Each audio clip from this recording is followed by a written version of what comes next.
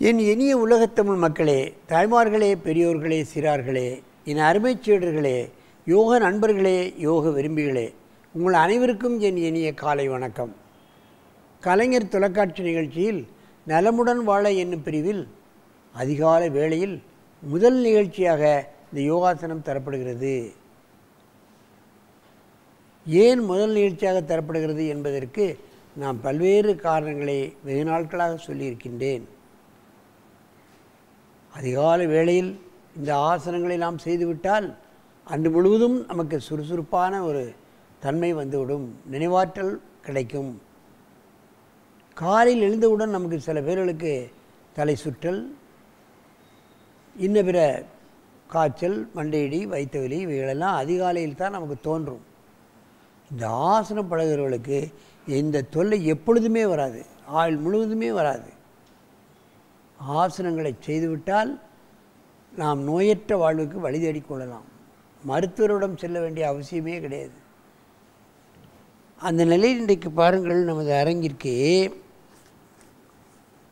SPSC Vivekananda Vidyalaya Mudichur Kanchipuram மாவட்டத்திலிருந்து அந்த பள்ளியின் செயலாளர் முதல்வர் மீனாட்சி சுந்தரம் அவர்கள், அமுதவல்லி அவர்கள், மாணவர்கள் எல்லோருக்கும் கண்டிப்பாக ஆசனங்கள் 1000 குழந்தைகளுக்கும் அங்கே கட்டாய பாடம். பல பள்ளிகளில் இது மாதிரி செய்திருக்கிறார்கள். ஆனால் அரசு பள்ளியில் இன்னும் செய்யவில்லை. ஏழை எளிய மாணவர்கள் தானே முக்கியம். அவர்களுக்கு நினைவாற்றல் வேண்டாமா? வாழ்க்கையில் மற்ற மாணவர்களை மாதிரி அதிக மதிப்பீட்டு எடுக்க வேண்டாமா? அவர்களுக்கு நோயற்ற வாழ்வு கிடைக்க வேண்டாமா?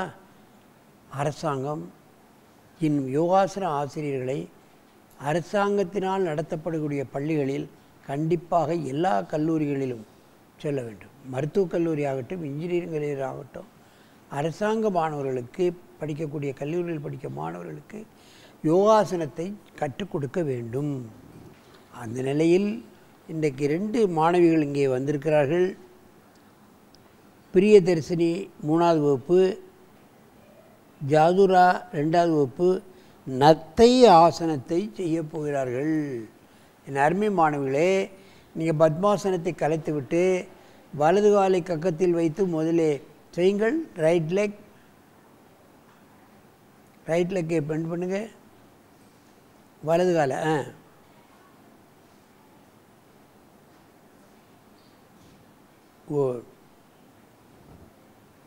எத்தனை வளைவு நெளிவுகள் சுழிவுகள் பாருங்கள் மாணவர்கள்.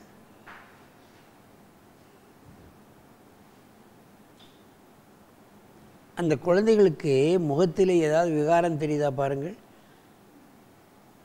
கண்ணை இறுக்கி கொண்டோ பல்லை கடித்து கொண்டோ அந்த விகாரமே தெரியாமல் செய்வதுதான் ஆசனத்தினுடைய முக்கியம். மெதுவாக இந்த ஆசனத்தை கலையுங்கள். அப்படியே எழுந்திருங்கள். இப்பொழுது இடது காலை மடக்கி செய்யணும்.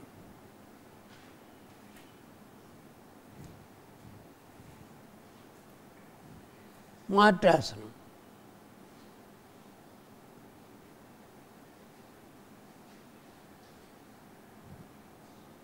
பந்துக்குண்ண முட்டு, கரண்டை, இடுப்பெலும்பு இவைகளெல்லாம் வளைக்கப்படுகின்றன. இதில் ஏற்படக்கூடிய பிரச்சனைகளெல்லாம் நீக்கக்கூடியது அற்புதமான ஆசனம்.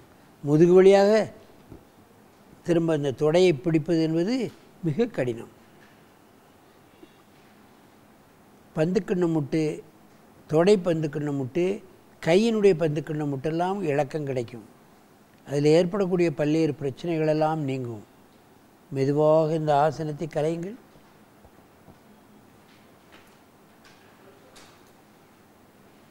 ஒருவருக்கொருவர் நேராக பார்த்து கொண்டு இந்த ஆசனத்தை செய்யணும். முதல்ல ரைட் லெக்,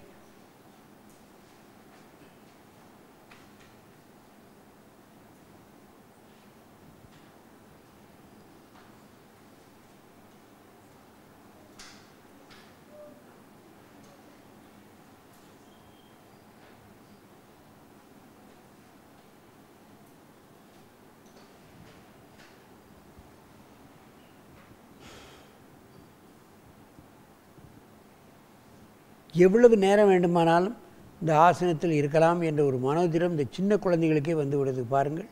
வலியை தாங்கிக்கூடிய தன்மை அதுகளுக்கு வந்து விடுகிறது. நாளாவட்டத்தில் வலி வராது. ஆரம்ப கட்டத்தில் நிச்சயமாக முட்டு, பந்துக்கிண்ண முட்டு, கைகளில் கண்டிப்பாக வலி வரும்.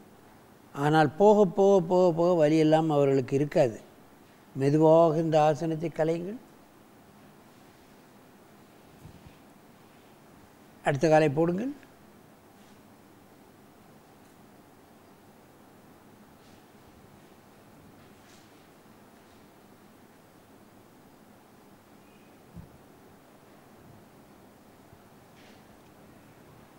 பல கோணங்களில் ஆசனங்களை செய்திருக்கிறார்கள். நீங்கள் செய்ய வேண்டும். சின்ன மாணவர்கள் தான் செய்ய முடியும், பெரியவர்கள் செய்ய முடியாது என்பது அல்ல.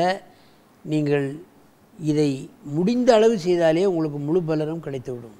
இடுப்பு வலி, முதுகு வலி, இன்னும் பிற கழுத்து வலி, முட்டுக்களில் பிரச்சனைகள், கைகளில் பிரச்சனைகள், இவைகள் உள்ளவர்கள் எல்லோரும் இந்த ஆசனத்தை நீங்கள் முழுமையாக செய்யாவிட்டாலும் அறகுறைய செய்தாலுமே உங்களுக்கு முழுமையான பலன் கிடைத்துவிடும். மெதுவாக எழுந்திருங்கள். நேராக வந்து பத்மாசனத்தில் அமருங்கள்.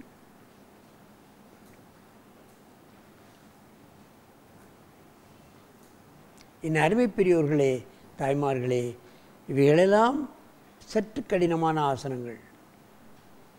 இது மாணவர்கள் தான் செய்ய முடியும், குண்டானவர்கள் செய்ய முடியாது, வயதுகள் செய்ய முடியாது, நோயாளிகள் செய்ய முடியாது என்பது அல்ல. நீங்கள் முயன்றால், நீங்கள் முழுமையாக செய்யாவிட்டாலும் ஒரு 10-15 நாளைக்கு அறகுறையாகத்தான் வரும், பிறகு முழுமையடைந்துவிடும் என்பதை நீங்கள் தெரிந்து கொள்ள வேண்டும். விடாமுயற்சியுடன் காலையிலும் மாலையிலும் பழகிறவர்களுக்கு இப்பொழுதெல்லாம் திடீரென்று கை வலிக்கிறது, முட்டு வலிக்கிறது, முதுகு வலிக்கிறது, இடுப்பு வலிக்கிறது. எவ்வளவு நாளைக்குத்தான் காலமெல்லாம் மருந்து மாத்திரைகளை சாப்பிட்டு கொண்டே இருப்பது? அதுக்கு பக்க விளைவு வருகிறது அல்லவா? விருந்தும் மருந்தும் 3 நாள் தான் என்பார்கள். ஆனால் இன்றைக்கு நாம் ஆஸ்பத்திரிகளுக்கு சென்றால் காலமெல்லாம் சில மாத்திரைகளை சாப்பிடுங்கள், அப்பொழுதுதான் உங்களுக்கு வலி நிற்கும் என்று சொல்வார்கள். அவைகளுக்கெல்லாம் நாம் அடிமையாக வேண்டாம். இதுபோன்ற ஆசனங்களை காலையிலும் மாலையிலும் ஒரு 10 நிமிடம் பழகி நாங்கள் உடலையும் உள்ளத்தையும் ஆரோக்கியமாக வைத்து கொண்டு நெடிது இனிது வாழ வேண்டும் என்று கேட்டு உங்களிடமிருந்து விடைபெறுவது ஆசனம் ஆண்டியப்பன். வணக்கம்.